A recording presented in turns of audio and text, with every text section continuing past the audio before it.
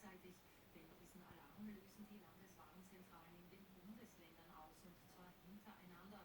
Es kann sich dann also um ein paar Minuten verzögern, je nachdem in welcher Reihenfolge die Bundesländer warnen. Zusätzlich werden ja heute auch noch die Sirenen getestet. Welche Signale sind da demnächst zu hören? Es werden die 3 Zivilschutzsignale geprobt: Warnung, Alarm und Entwarnung. Um 12:15 Uhr startet man mit der Warnung. Das ist ein 3-minütiger Dauerton. Eine Viertelstunde später heult die Sirene 1 Minute lang auf und ab. Das ist der Alarm. Um 12:45 Uhr schließlich gibt es Entwarnung.